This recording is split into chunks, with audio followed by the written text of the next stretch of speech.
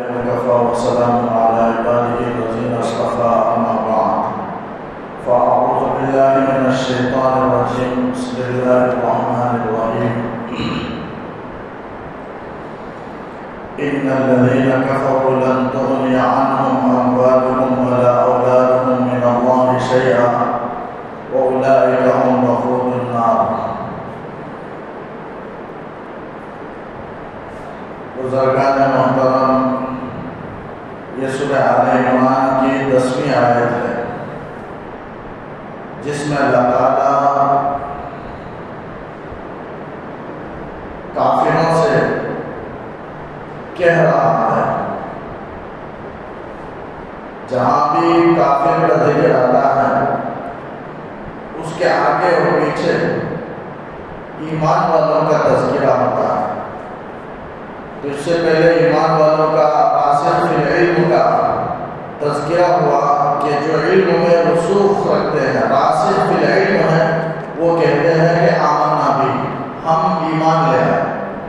اور مومنین یوں دعا کرتے ہیں. مومنین کی دعا کو اللہ تعالیٰ نے نقل فرمایا کہ یوں کہتے ہیں ربنا لا تزغ قلوبنا بعد إذ هديتنا، ہمارے دلوں کو ٹیڑھا نہ فرما ہمیں ہدایت دینے کے بعد. یہ دعا کرتے ہیں، یعنی جس کا مطلب ہے لا تزغ یعنی اجازت نہ عطا فرما، یعنی ہمارے دلوں کو ٹیڑھا نہ فرما. اجازت کہتے ہیں ٹیڑھے پن کو. دل ٹیڑھا ہو جاتا ہے تو پھر دل سے گناہ صادر ہوگا. تو یہ اللہ تعالیٰ سے دعا کرتے ہیں کہ اللہ ہمارے دلوں کے ٹیڑھا پن سے ہماری حفاظت فرما، ہمارے دلوں کو ٹیڑھا نہ فرما. یعنی استقامت کی ضد یہ اجازت ہے. اجازت کے معنی ہے ایمان سے ہٹ جانا، دل کا ٹیڑھا ہو جانا. اور استقامت کے معنی ہے راہ راست پر جمے رہنا، قائم رہنا. تو یہاں استقامت کی دعا کی جا رہی ہے اور یہ کہا جا رہا ہے کہ ہمارے دلوں کو ٹیڑھا نہ فرما. تو اجازت یہ استقامت کی ضد ہے اور یہ دعا کرنا بھی چاہیے، چونکہ دل میں اللہ تعالیٰ ہدایت دیتا ہے. بعد إذ هديتنا، ہدایت دین پر آدمی دین پر ایمان پر قائم رہ سکتا ہے. اپنے اعمال کے زور سے آدمی ہدایت پر نہیں آ سکتا. ہدایت پر استقامت نصیب نہیں ہو سکتی. راہ راست پر قائم نہیں رہ سکتا اپنے اعمال کے زور پر، بلکہ دعا سے آدمی ہدایت پر قائم رہ سکتا ہے. تو اس لیے آدمی مومن کو دعا کی ترغیب دی گئی، تعلیم دی گئی. دعا کرے، یوں کہے کہ ہمارے دل کو ٹیڑھا نہ فرما. دل تمام اعضاء کا بادشاہ ہے. اگر دل سدھر جائے تو سارے اعضاء اس کے تابع ہوتے ہیں. اگر دل ٹیڑھا ہو جائے گا تو سارے اعضاء بھی ٹیڑھے ہو جائیں گے. اگر ٹیڑھے ہو جائیں گے تو تمام اعضاء سے گناہ صادر ہوگا. تو اس لیے دعا کیا جا رہا ہے کہ ہمارے دلوں کو ٹیڑھا نہ فرما، یعنی راہ راست سے ہمیں نہ ہٹا. بعد إذ هديتنا، ہمیں ہدایت دینے کے بعد. تو یہ اللہ ہی سے مانگنا ہے. عمل کے زور سے انسان جنت کو، ایمان کو، ہدایت کو، دین کو نہیں پا سکتا، اس پر قائم نہیں رہ سکتا. اور دعا کا طریقہ سکھایا گیا کہ وَهَبْ لَنَا مِن لَّدُنكَ رَحْمَةً، یوں مانگے کہ اللہ اپنی طرف سے بطور خاص رحمت ہمیں عطا فرما. وَهَبْ لَنَا، ہمیں ہبا کر، ہبا کے معنی عطا کرنا، ہمیں عطا کر اپنی طرف سے رحمت، خاص رحمت. کیا رحمت کی تفسیر میں حضرت علامہ آلوسی رحمۃ اللہ علیہ روح المعانی میں فرماتے ہیں رحمت سے مراد ایک خاص انعام ہے، اللہ کی خاص نعمت ہے. وہ کیا ہے؟ دین پر ثابت رہنے کی توفیق، ہدایت پر جمے رہنے کی توفیق. یہ مراد ہے رحمت سے. اس کی دعا اللہ سے کر رہے ہیں کہ اللہ مرتے دم موت تک، موت کے آنے تک، مرنے تک مجھے اس دین پر استقامت عطا فرما. یہ ہے رحمت سے مراد. انک انت الوہاب. تو یہاں پیچھے دعا کی گئی اور دعا کے ذریعے سے رکوع کا اختتام ہوا. تو وہاں ایمان والوں کا اللہ نے تذکرہ کیا، اب یہاں کافرین کا اللہ تذکرہ کر رہا ہے اس رکوع میں، دوسرے رکوع میں آل عمران کی، کہ ان الذین کفروا، بلا شبہ جو کفر کیے، لن تغنی عنہم اموالہم ولا اولادہم من اللہ شیئا، ان کو کچھ بھی کام نہیں آ سکیں گے ان کے مال اور نہ ان کے اولاد، اللہ کے مقابلے میں کچھ بھی۔ یعنی مطلب یہ ہے کہ کافرین کو یہ وہم و گمان ہوتا ہے، ان کو تو آخرت پر کوئی تصور نہیں، آخرت پر یقین نہیں، اور ساری زندگی ان کا دنیا ہی ہے، دنیا ہی میں ان کا سارا عیش و آرام کر لینا ہے، ان کا تصور ہے، آخرت کا کوئی تصور نہیں۔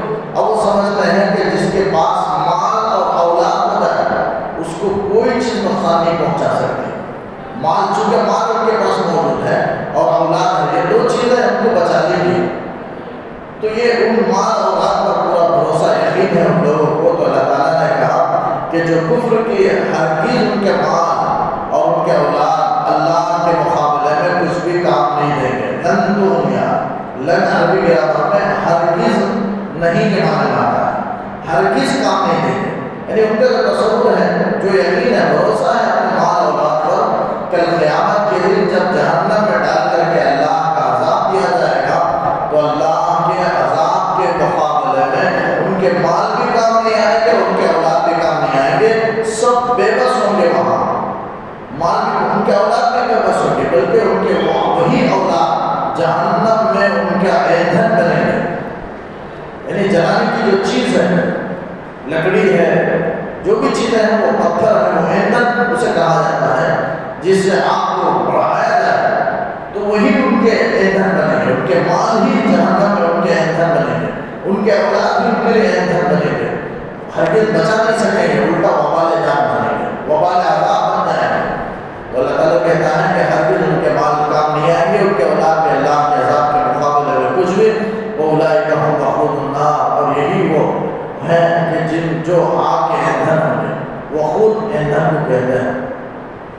کدب آل فرعون والذین من قبلہم، اللہ تعالیٰ کہتا ہے کہ آپ صلی اللہ علیہ وسلم کے زمانے میں جو کفار قریش تھے، ان کی حالت کی اللہ تعالیٰ مثال دے رہا ہے اور تشبیہ دے کر کہتا ہے کہ ان کفار قریش کی حالت، ان کا معاملہ ایسا ہی ہے جیسے فرعونیوں کا معاملہ، فرعون والوں کی جو حالت تھی، فرعون والوں کا جو معاملہ تھا، والذین من قبلہم، اور ان سے پہلے، فرعون سے پہلے جتنی قومیں آئی ان کی جو حالت ہوئی، ان کی حالت ہی کی طرح ان کی بھی حالت ہے، یعنی کفر کا سب برابر ہے۔ فرعون اور فرعون والے سب کے سب رسول کا انکار کیے، خدا کی کتاب کا انکار کیے اور اللہ کا انکار کیے، سب انکار کیا، اور ان سے پہلے قوم عاد ہے، قوم سمود ہے، ان لوگوں نے بھی انکار کیا، کذبوا بآیاتنا، ہماری آیتوں کو وہ جھٹلائے، انکار کیا ہماری آیتوں کا، ہماری نشانیوں کی تکذیب کیے۔ تو فرعونی بھی کیے، ان سے پہلے قوم عاد، قوم سمود بھی اللہ کے آیتوں کا، دلائل کا، نشانیوں کا، رسولوں کا انکار کیا۔ تو اسی طرح یہ کفار قریش بھی آج کے زمانے میں، یعنی آپ صلی اللہ علیہ وسلم کے زمانے میں کہا جا رہا ہے کہ آپ کے زمانے میں بھی یہ کفار قریش بھی اسی طرح انکار کر رہے ہیں، کفر میں برابر ہیں، انجام کے اعتبار سے بھی یہ برابر ہوں گے، یعنی ان کے ساتھ بھی وہی معاملہ کیا جائے گا جو فرعون والوں کے ساتھ کیا گیا کہ ان کو ہلاک کر دیا گیا، غرق کر دیا گیا، اور ان سے پہلے قوم عاد، قوم سمود کو اللہ نے ہلاک کر دیا۔ اسی طرح کفار قریش کا بھی انجام ہوگا کہ اللہ تعالیٰ ان کو ہلاک کرے گا اگر وہ ایمان نہیں لے آئیں گے۔ فَأَخَذَهُمُ اللَّهُ بِذُنُوبِهِمْ، اللہ تعالیٰ کفار قریش کو گزشتہ امتوں کے احوال کا حوالہ دے رہا ہے، ان کی حالتوں کا، کہ فرعون نے ان سے پہلے قوم عاد، قوم سمود انکار کیا ہماری آیتوں کا، تو فَأَخَذَهُمُ اللَّهُ بِذُنُوبِهِمْ، اللہ نے ان کو پکڑ لیا ان کے گناہوں کی وجہ سے، یعنی ان کی نافرمانی، تکذیب کی وجہ سے اللہ نے ان کو ہلاک کر دیا، آسمان سے عذاب آیا، سب کے سب ہلاک و برباد ہو گئے۔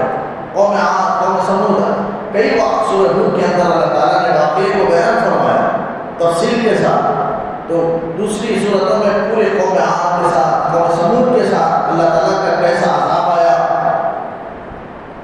کس طرح کا عذاب آیا، ساری چیزوں کا تذکرہ ہے۔ تو اللہ تعالیٰ یہاں کفار قریش کو یہاں سمجھا رہا ہے کہ پچھلی قوموں نے بھی تکذیب کی، ان کا انجام ہلاکت ہوا۔ تو اللہ تعالیٰ نے کہا فَأَخَذَهُمُ اللَّهُ بِذُنُوبِهِمْ، اللہ نے ان کے گناہوں کی وجہ سے انہیں پکڑ لیا۔ تو انسان کو جو ہلاکت واقع ہوتی ہے، مصیبتیں پیش آتی ہیں، یہ گناہوں کی وجہ سے ہیں۔ یہاں غور کریں، نقطہ ذنوب جمع کسر ذنب کے معنی ہے گناہ. تو معلوم ہوا گناہوں کی وجہ سے، ایک تو گناہ کی وجہ سے اللہ تعالیٰ نہیں پکڑتے، بلکہ گناہوں کی وجہ سے ذنوب جمع کا سوال ہے. یعنی اللہ تعالیٰ پہلے مہلت دیتے ہیں، کسی کو فوراً گرفت نہیں کرتے، مہلت اور مہلت بہت مہلت دیتے ہیں. جب حد سے پار ہو جاتا ہے، گزر جاتا ہے، تو پھر اللہ تعالیٰ اپنی گرفت میں لے لیتے ہیں، اور اللہ تعالیٰ کا گرفت بہت سخت ہے، پھر اس کے بعد کوئی چھوٹ نہیں سکتا. تو فرمایا فَأَخَذَهُمُ اللَّهُ بِذُنُوبِهِمْ، تو گناہوں کی وجہ سے ہم نے انہیں پکڑ لیا. تو مصائب، مشکلات، ہلاکتیں، یہ سب گناہوں کی وجہ سے ہیں. انسان اگر ہلاکت سے بچنا چاہے تو پھر گناہوں سے بچ جائے تو پھر نجات پا جائے گا. واللہ شدید العقاب، اللہ تعالیٰ سخت سزا دینے والا ہے. یعنی کفار قریش کے ساتھ بھی اللہ تعالیٰ ایسا معاملہ انجام کر سکتا ہے، اسے کوئی روکنے والا نہیں، وہ سخت قوت والا ہے. قل للذین کفروا ستغلبون وتحشرون الی جہنم وبئس المہاد. شان نزول کے سلسلے میں حضرت ابن عباس، عبداللہ ابن عباس رضی اللہ عنہ جو رئیس المفسرین ہیں، تمام مفسرین کے رئیس، بڑے سردار، حضور نے لقب دی ہے، حضور نے دعا کی ہے حضرت عبداللہ ابن عباس کو کہ قرآن کا سب سے صحیح اور زیادہ علم حضرت عبداللہ ابن عباس کو ہوگا. حضور صلی اللہ علیہ وسلم کا خوشخبری دی. تو لہٰذا ان کی تفسیر، انہوں نے شان نزول بیان کیا اس آیت کی. قل للذین کفروا ستغلبون، جب جنگ بدر ہو گیا اس کے بعد آپ صلی اللہ علیہ وسلم مدینہ لوٹے، تو آپ صلی اللہ علیہ وسلم بازار بنی قینقاع، یہودیوں کا ایک بازار ہے مدینہ منورہ میں، وہاں آپ صلی اللہ علیہ وسلم جو ان کا اجتماع تھا، جو مرکز تھا، جمع ہونے کی جگہ تھا یہودیوں کا، وہ بازار، وہاں آپ صلی اللہ علیہ وسلم آئے. آ کر کے یہودیوں سے خطاب کر کے کہا کہ اے یہودیوں، تم ایمان قبول کر لو، مجھ پر ایمان لے آؤ، قبل اس لیے کہ تم پر جس طرح کفار قریش کے ساتھ معاملہ ہوا، تمہارے ساتھ بھی اللہ تعالیٰ کو معاملہ نہ کرے. یعنی کفار قریش کو اللہ نے شکست دی جنگ بدر کے اندر، تمہیں بھی اللہ تعالیٰ شکست دے سکتا ہے. قتل ہوئے، قید ہوئے، اللہ تعالیٰ تمہیں بھی میری نافرمانی، میری تکذیب کی وجہ سے تمہیں بھی اس طرح قتل اور قید کر سکتا ہے. اس سزا سے پہلے، اس عذاب سے پہلے ایمان لے آؤ. تو یہودیوں نے کہا اے اللہ کے رسول، انہوں نے اللہ کے رسول نہیں کہا بلکہ احکام نے فرمایا تم غلط فہمی میں مبتلا نہ، دھوکے میں نہ پڑ جاؤ. وہ تو قریش، کفار قریش سے جو مقابلہ کیے تھے، وہ تو جہاد کے علم سے ناواقف تھے، وہ تجربہ کار نہیں تھے. ان کو تم نے قتل کر دیا، ان کو تم نے ہرا دیا، شکست دے دیا.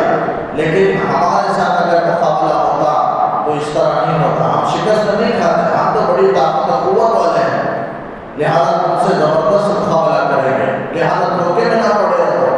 تو اللہ نے فوراً آیت نازل فرمائی قل للذین کفروا ستغلبون وتحشرون الی جہنم. جب آپ نے دین کی دعوت دی یہودیوں کو، اس موقع پر جب انہوں نے جواب دیا تو آیت نازل ہوئی جس میں کہا گیا اے نبی ان کافرین سے کہہ دو کہ ستغلبون، تم عن قریب مغلوب کر دیے جاؤ گے، یعنی ہار جاؤ گے. غالب آنا یہ فتح کو غالب کہا جاتا ہے، مغلوب کے معنی شکست کھا جانا، ہار جانا. تم مغلوب کر دیے جاؤ گے عن قریب. اب کسی کے ذہن میں یہ سوال ہو سکتا ہے، یہاں اللہ تعالیٰ کہتا ہے کافرین سے کہہ دو کہ مغلوب ہو جاؤ گے، لیکن آج ہم دیکھ رہے ہیں کہ ہر کافر غالب ہے، غلبہ پا رہا ہے اور فتح پا رہا ہے، اور مسلمان مغلوب ہیں، کافر مغلوب نہیں ہے. کافر تو فتح حاصل کر رہے ہیں، کامیابی حاصل کر رہے ہیں دنیا کے اندر. کسی کو یہ دھوکہ نہیں ہونا چاہیے، اس لیے کہ یہ جو آیت ہے یہ آپ صلی اللہ علیہ وسلم کے زمانے کے کافروں کے ساتھ خاص ہے. آپ صلی اللہ تعالیٰ نے جو حکم دیا، آپ صلی اللہ علیہ وسلم کے زمانے کے کافروں کو حکم دیا کہ اے کفار قریش، اے یہودیوں، تم مغلوب کر دیے جاؤ گے.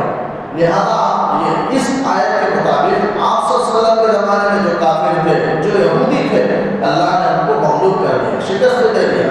یہ تمام دنیا کے کافروں سے یہ حکم نہیں ہے، تمام دنیا کے کافروں سے اللہ تعالیٰ یہ نہیں کہہ رہا، بلکہ اس زمانے کے کافروں کے ساتھ یہ آیت خاص ہے. ستغلبون، تم مغلوب کر دیے جاؤ گے. تو ایسا ہی ہوا. کافرین آپ صلی اللہ علیہ وسلم کے زمانے میں کفار قریش وہ بھی مغلوب ہوئے، یہودی بھی مغلوب. کیسے؟ قتل مشرکین کفار، اور اسی طرح یہودی بھی قتل بھی ہوئے، قید بھی ہوئے، اور جلاوطن شہر سے باہر بھی کر دیا گیا، اور بہت سارے ان کے ساتھ معاملات کیے گئے۔ جیسے 3 مدینہ میں مشہور قبیلہ تھا، قبیلہ بنو قینقاع تھا، بنو نذیر تھا، بنو قریظہ تھا، تو بنو قریظہ کو قتل کر دیا اور قید کر دیا، اور بنو قینقاع بنو نذیر کو جلاوطن کر دیا گیا، اور یہودیوں پر جزیہ عائد کر دیا گیا۔ مدینے میں رہنے دیا گیا یہودیوں کو، لیکن جزیہ دینے کا حکم دیا گیا۔ جزیہ جو ٹیکس کے معنی، ٹیکس بھی کہہ سکتے ہیں، ٹیکس کے معنی جو کافروں پر اسلامی حکومت پہ رہنے کے لیے کافروں کو جو دینے کا حکم دیا جاتا ہے، ایک ذلت کی بات ہے جزیہ دینا، وہ جزیہ یہودیوں پر عائد کر دیا گیا۔ تو یہ سب ذلت کی بات ہے، جو قتل ہوئے، قید ہوئے، شہر سے باہر ان کو نکال دیا گیا، جزیہ عائد کر دیا گیا، یہ سب مغلوب ہو گئے۔ قرآن کے وعدے کے مطابق آپ صلی اللہ علیہ وسلم کے زمانے میں یہود اور کفار مغلوب کر دیے گئے۔ یہ تو دنیا میں ان کے ساتھ معاملہ ہوا، وَتُحْشَرُونَ إِلَىٰ جَهَنَّمَ، آخرت میں کیا ہوگا؟ جہنم کی طرف تم اکٹھے کیے جاؤ گے، جمع کیے جاؤ گے، یعنی جہنم میں تم داخل کیے جاؤ گے۔ وَبِئْسَ الْمِہَادُ، اور جہنم کیا ہی برا ٹھکانہ ہے۔ دنیا میں ذلت، رسوائی، قتل، قید، جلاوطن، جزیہ، اور آخرت میں تمہارے لیے جہنم ہے۔ تو دونوں جہان میں ایمان نہ لانے کی وجہ سے ہلاکت ہے، بربادی ہے، ذلت ہے، رسوائی ہے۔ قَدْ كَانَ لَكُمْ آیَةٌ فِي فِئَتَيْنِ الْتَقَتَا فِئَةٌ تُقَاتِلُ فِي سَبِيلِ اللَّهِ وَأُخْرَىٰ كَافِرَةٌ، تمہارے لیے قریب میں جو 2 جماعت آپس میں آمنے سامنے ہوئی، فی فئتین، 2 جماعت، التقطا، جو آمنے سامنے ہوئے، لکم آیۃ، تمہارے لیے نشانی ہے۔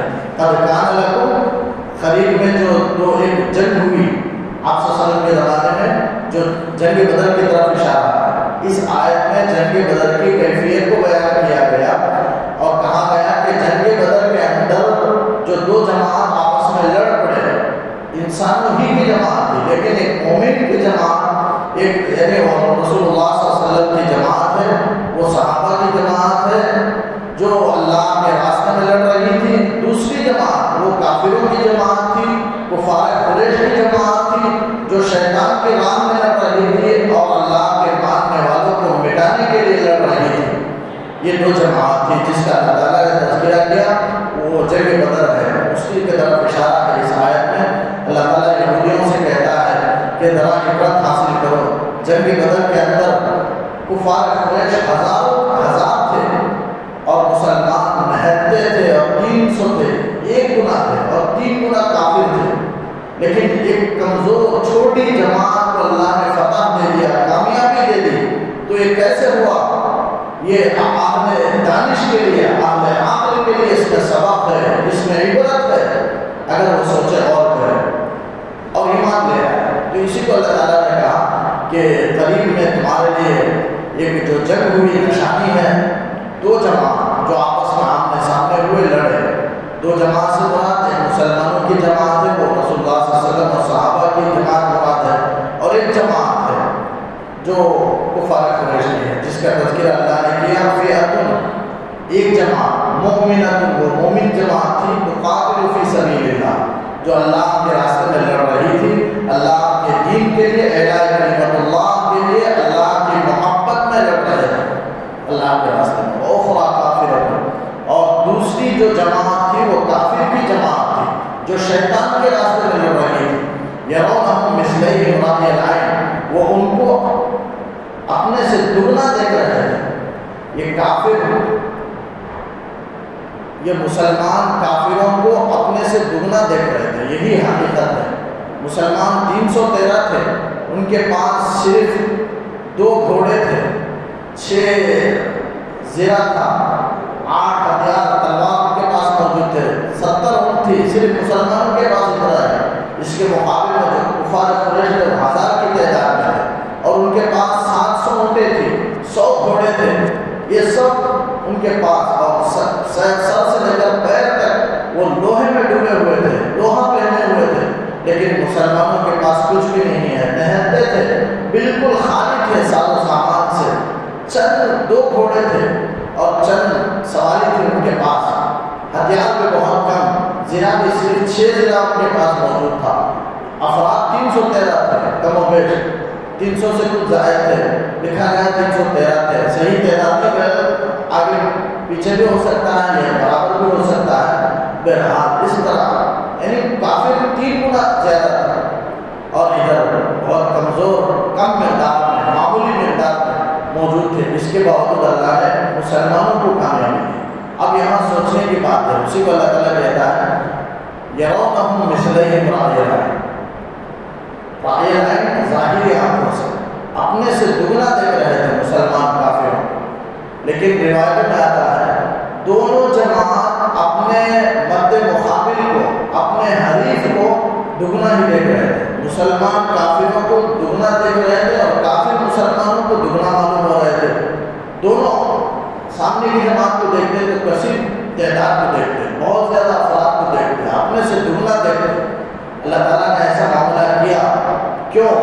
مسلمان جب کافروں کو دگنا دیکھے تو ان کے اندر جذبہ جہاد پیدا ہوا، وہ حق کی طرف مائل ہوئے اور اللہ کی طرف مائل ہوئے اور پورے جذبے کے ساتھ لڑنے لگے، چونکہ وہ دگنا ہے اور ان سے مقابلہ کرنا ہے، اور دگنے پر فتح اور غلبہ کی پیشین گوئی اللہ کی طرف سے ہے، اور اللہ کا وعدہ ہے دگنے ہوں تو دگنے پر بھی میں تمہیں کامیابی دوں گا، غلبہ دوں گا، یہ اللہ کا وعدہ تھا۔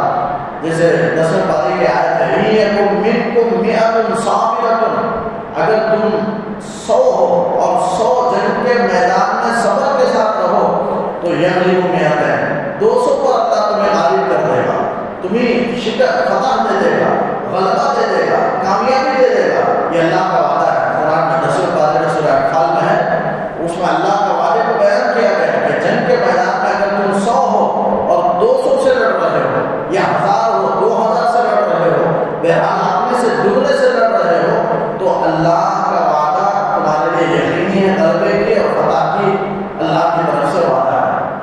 لیکن یہاں تو 3 گنا تھے اور مسلمانوں کو معلوم نہیں ہوا کہ 3 گنا ہے، اگر معلوم ہو جاتا جنگ بدر میں تو ہو سکتا ہے کہ مسلمانوں کا دل کمزور ہو جائے، جنگ سے لڑنے سے ڈر جائے، خوف زدہ ہو جائے، اس لیے کہ اللہ کا وعدہ تو دگنے تک ہے، یہ تو 3 گنا ہے، 1000 کی تعداد میں اور یہ 300 ہیں اور 3 گنا بڑے ہوئے ہیں، تو پھر اللہ کے وعدے کی طرف دیکھتے ہوئے وہ کمزور ڈر جاتے ہیں، لیکن ان کو ایسا معلوم نہیں ہوا، 3 گنا کا احساس نہیں ہوا بلکہ دگنا ہونے کا احساس ہوا، تاکہ اللہ کی طرف رجوع بھی ہو اور کامیابی کی امید بھی ہو اور پورے جذبے کے ساتھ اللہ کے راستے میں لڑے۔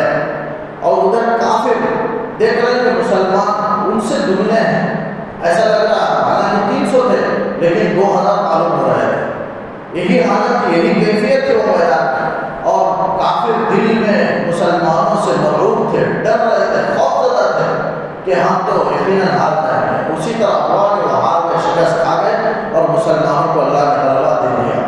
تو یہ صرف جذبہ جہاد کی وجہ سے، اللہ کے حکم کی تابعداری اور فرمانبرداری کی وجہ سے۔ تو اللہ تعالیٰ کہتا ہے واللہ یؤید بنصرہ من یشاء، اللہ تعالیٰ قوت دیتا ہے، تائید کرتا ہے اپنی مدد سے جسے چاہے۔ اللہ تعالیٰ کی مدد کس کے ساتھ ہوگی؟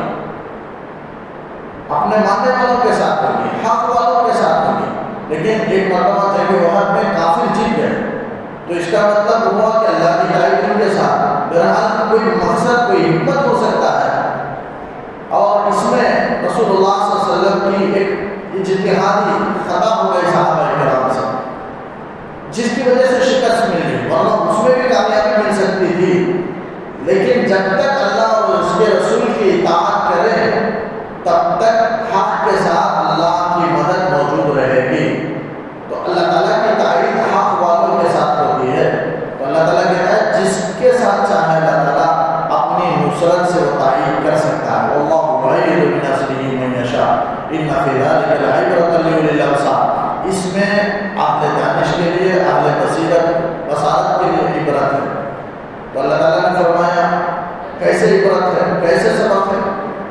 آپ میں اگر غور کرے اسی جنگ بدر کے واقعے کو، یہودی اور کفار اگر غور کرے تو ایمان لا سکتے ہیں، اس لیے کہ چھوٹی جماعت ہے، وہ 1000 پر غالب آ گئے اور فتح حاصل کر لی۔ کیسے حاصل کر لی؟ یقیناً اللہ کی مدد ہوگی ان کے ساتھ، جب اللہ کی مدد ہے تو اللہ تعالیٰ حق کے ساتھ اللہ کی مدد ہوتی ہے، تو لہٰذا معلوم ہوا دین اسلام یہاں ہے، اسی لیے اللہ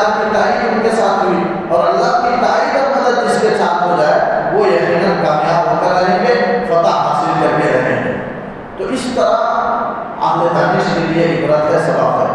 تو اہل دانش کو، اہل تدبر کو، اہل فکر کو اس میں سبق حاصل کر کے، نتیجہ حاصل کر کے ایمان لے آنا چاہیے اور نتیجہ حاصل کرنا چاہیے۔ زُيِّنَ لِلنَّاسِ حُبُّ الشَّهَوَاتِ مِنَ النِّسَاءِ وَالْبَنِينَ وَالْقَنَاطِيرِ الْمُقَنطَرَةِ مِنَ الذَّهَبِ وَالْفِضَّةِ وَالْخَيْلِ الْمُسَوَّمَةِ وَالْأَنْعَامِ وَالْحَرْثِ۔ اس میں اللہ تعالیٰ نے 6 چیزوں کو بیان کیا، دنیا کی انسان کی پسندیدہ 6 چیزیں، اس میں سب سے پہلے عورتوں کو بیان کیا۔ تو انسان کی سب سے پسندیدہ چیزیں عورتیں ہیں، یہ 6 چیزوں کی مرغوب۔ زُيِّنَ لِلنَّاسِ حُبُّ الشَّهَوَاتِ، شہوات کے معنی ہیں انسان کی پسندیدہ چیزیں، حب کے معنی محبت کے ہیں۔ تو پسندیدہ چیزوں کی محبت لوگوں کے لیے زُيِّنَ مزین کر دی ہے۔ یہ مجہول کا صیغہ ہے، مجہول کے معنی نامعلوم، کیا معلوم نہیں۔ عربی گرامر کے اعتبار سے زُيِّنَ مجہول ہے، مجہول میں فاعل معلوم نہیں ہوتا، یعنی مزین کرنے والا کون ہے، تو فاعل معلوم نہ ہونے کی وجہ سے اسے مجہول کر کے نام رکھا گیا، اسی کو مجہول کے معنی ہی فاعل معلوم نہیں۔ کون مزین کیا؟ 2 ہو سکتا ہے، مفسرین نے لکھا ہے یا تو اللہ تعالیٰ نے ہی مزین کیا، یہ سب چیزوں کو انسانوں کو خوبصورت بتا دیا تاکہ انسان کی آزمائش کرے۔ انسان آخرت کی طرف آتا ہے، دنیا کی طرف اللہ تعالیٰ آزمانا چاہتے ہیں، بطور آزمائش کے یہ سب چیزوں کو اللہ نے اس کی نگاہ میں مزین کر دیا۔ تو زُيِّنَ اس کا فاعل اللہ پہ ہو سکتا ہے، نائب فاعل، یا شیطان پہ ہو سکتا ہے۔ شیطان نے دنیا کی چیزوں کو خوبصورت بنا کر کے پیش کیا، خوبصورت بنا کر کے دکھلایا انسانوں کو۔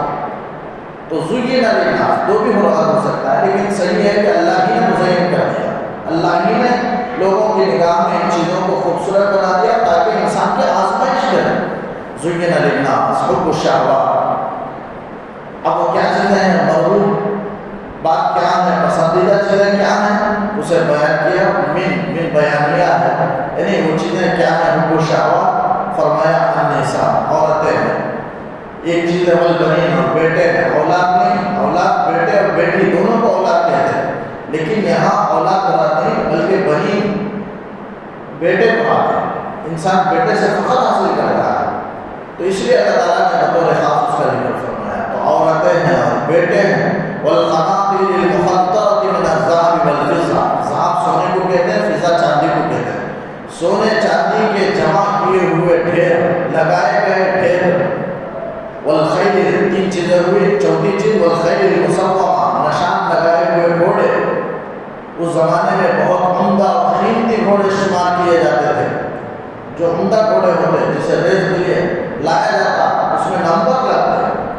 جیسے آج کھلاڑیوں پر، آج زمانہ بدل گیا تو کھلاڑیوں پر نمبر لگتے، جو کار ہیں ان پر، گاڑیاں ہیں ان پر نمبر لگتے ہیں۔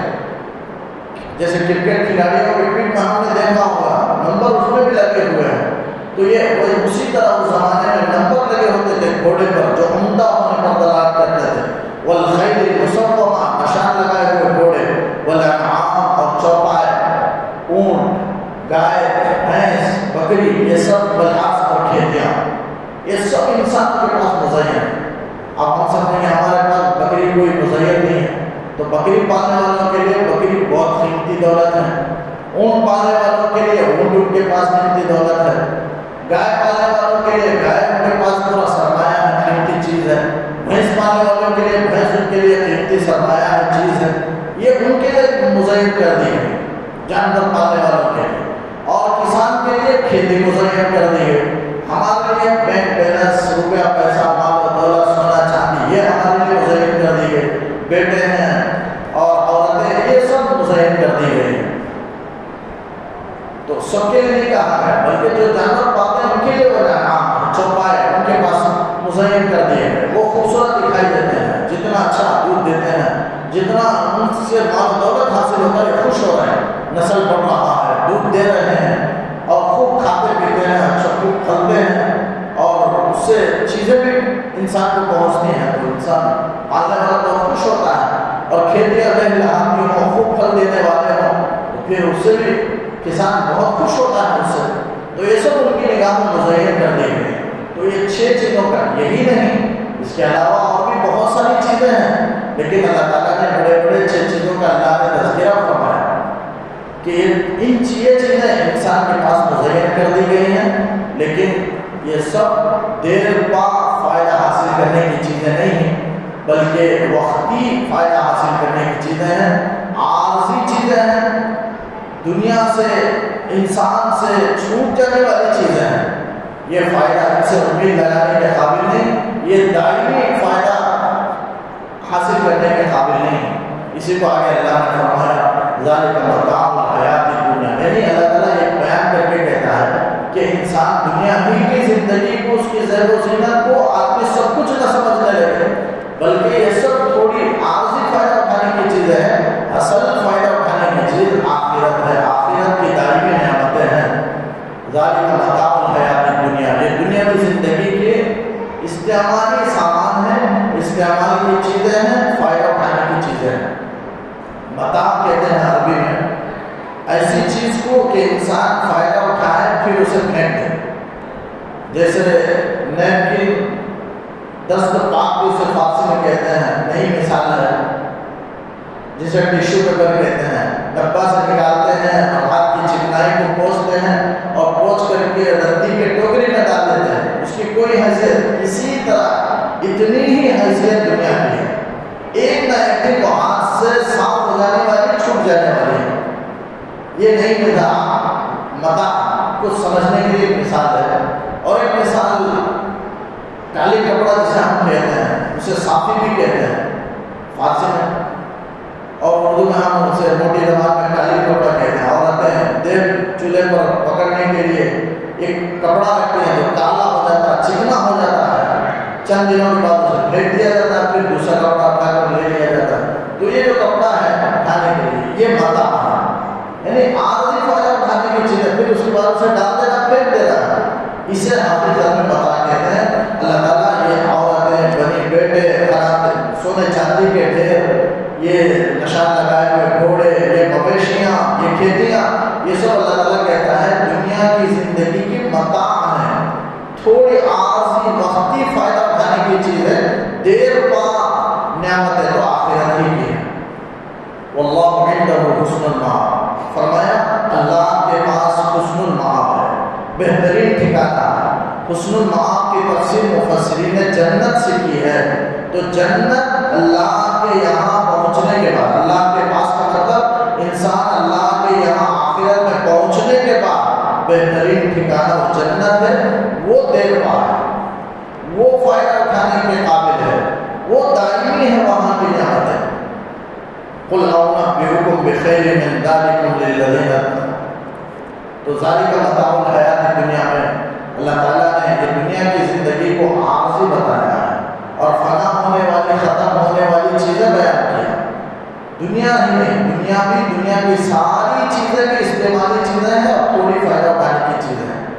اس میں عورت بھی ہے، عورت بھی دنیا ہی کی چیز ہے، جیسے حدیث ہے آپ صلی اللہ علیہ وسلم نے فرمایا الدنیا کلھا متاع، دنیا پوری کی پوری فائدہ اور استعمالی چیزیں ہیں۔ وخیر متاع الدنیا المرأۃ الصالحہ، اور بہترین فائدہ اٹھانے کی چیز وہ نیک عورت ہے۔ آپ صلی اللہ علیہ وسلم نے المرأۃ الصالحہ کیوں فرمایا دنیا کی سب چیزوں میں؟